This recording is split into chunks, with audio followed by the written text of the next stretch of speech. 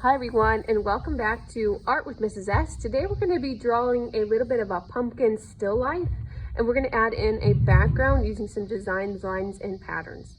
Now don't get too caught up when we're drawing today.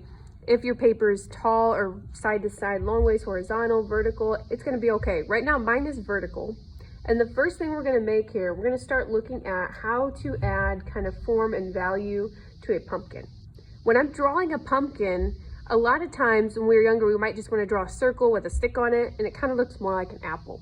But we're going to be drawing the parts of the pumpkin. And what I like to do first, and you can follow along with me, I take my pencil and I'm going to draw just an oval. Now the next shapes on here, they're still ovals, but you're only going to see part of them. So it goes on and it connects. And then the one on the right would come around and do the same thing. Now I could leave mine that size, but I want to make mine a little bigger. And as I add these layers on, they start to get a little smaller, and where I started was a little taller.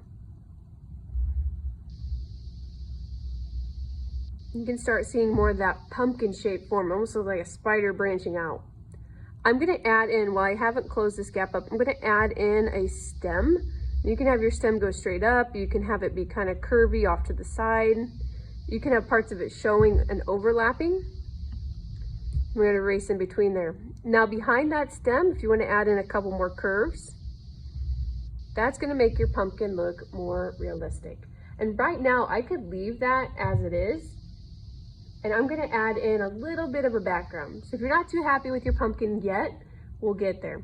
So behind here, I'm going to add two lines, one going side to side, each direction, to the edge of the paper. And now you can see that pumpkin, it looks like it's sitting somewhere, sitting in a field, sitting on a table, sitting on a bench, sitting on the top of a fence, wherever it might be. I do want you to add in a little bit of a shadow. My shadow is going to be kind of towards the bottom of my pumpkin. It's going to curve out and around.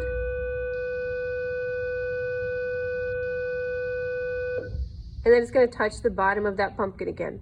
When I go to color this, this will be a different color. The background, we're thinking more abstracted. We're going to keep it simple. So in the background, you can add any types of lines or designs. I recommend to keep them simple.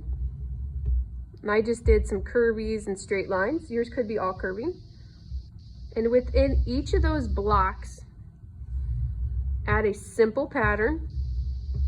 Maybe I want to add polka dots to one.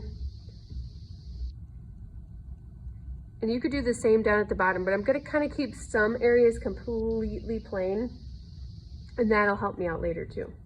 If you do add something down at the bottom where your shadow's at, I would leave it almost completely plain.